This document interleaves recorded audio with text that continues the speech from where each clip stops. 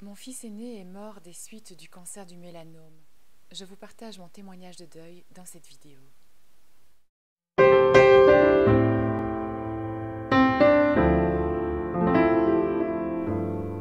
On croit toujours que la maladie et la mort, ça n'arrive que chez les autres et puis un jour, cela frappe à votre porte. Je n'imaginais jamais, sans doute comme tous les parents du monde, qu'un jour je devrais aller à l'enterrement d'un de mes enfants.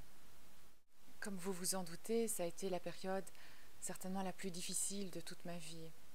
D'abord d'assister à la maladie, à sa souffrance, à la frustration de ne pas pouvoir y changer quelque chose, et puis bien sûr de devoir vivre la séparation et l'absence. Le chagrin du deuil est donc quelque chose que je connais très bien. Un choix m'est rapidement venu à l'esprit.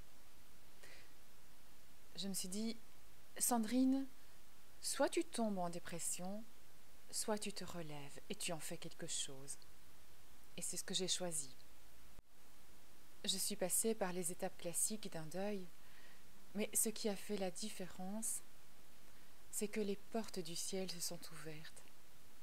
J'avais déjà la croyance qu'une vie après la vie était probable, même j'y croyais, on va dire.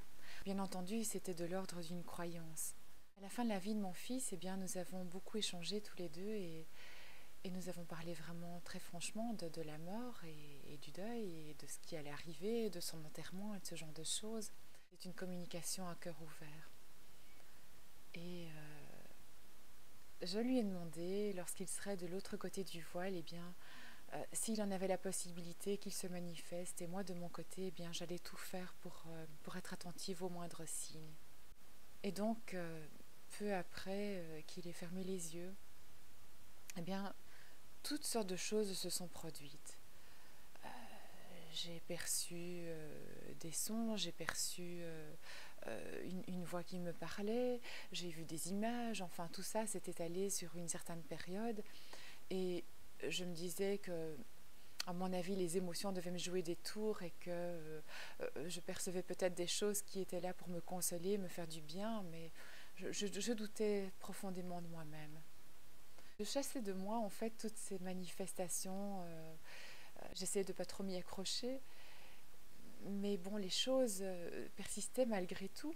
Et d'autre part, toujours dans cette idée donc de me relever et de faire de cette expérience quelque chose de constructif, je me suis inscrite à l'université dans les cours d'accompagnement des soins palliatifs, parce que mon but était bien un jour de pouvoir accompagner les autres.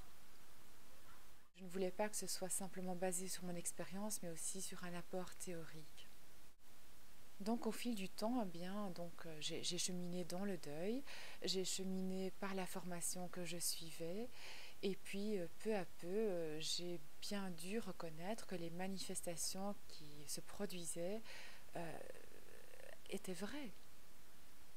J'ai même un jour été voir une médium pour voir si je perdais la boule ou bien s'il y avait quelque chose de fondé dans tout cela. En fait, pendant notre entretien, elle m'a dit des choses qu'elle ne pouvait pas savoir.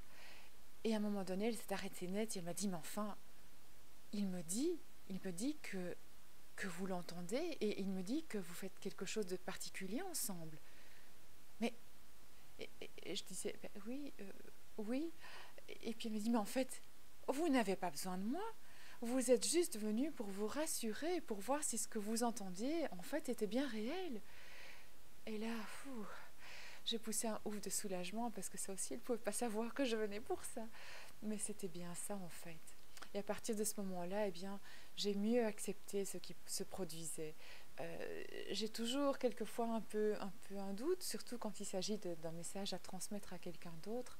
Mais j'ai finalement accepté que les choses se produisaient comme elles se produisent et j'essaie de plus trop me poser de questions et d'accepter ce qui vient. De par ces phénomènes, de par toutes les expériences vécues et bien entendu par une profonde introspection, j'ai découvert en fait peu à peu comment sortir du deuil. Je ne suis pas du tout attirée par le mystico-gazeux. Je ne crois absolument pas à tout ce qui est raconté dans les livres. J'ai lu au moins 300 ouvrages sur le sujet de l'au-delà et si certaines choses sont à prendre, pas toutes. Je ne suis accrochée à aucune religion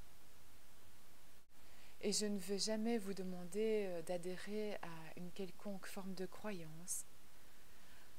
Mon travail consiste à vous faire découvrir ce qui est vrai pour vous, ce qui est votre vérité, ce qui est votre chemin. Et votre chemin sera celui que vous déciderez, celui que vous choisirez. À l'heure d'aujourd'hui, il n'y a plus aucun doute dans ma tête. Je sais, je suis convaincue que la vie ne s'arrête pas. Le corps meurt certes, mais tout simplement parce que nous n'habitons que pour quelques années, nous sommes de passage sur cette terre. Ça, c'est pour moi une certitude. Et ce qui se passe aujourd'hui, eh bien, c'est que je suis complètement en paix. Je n'éprouve plus de chagrin. Pas un jour ne passe sans que je pense à lui, mais avec le sourire.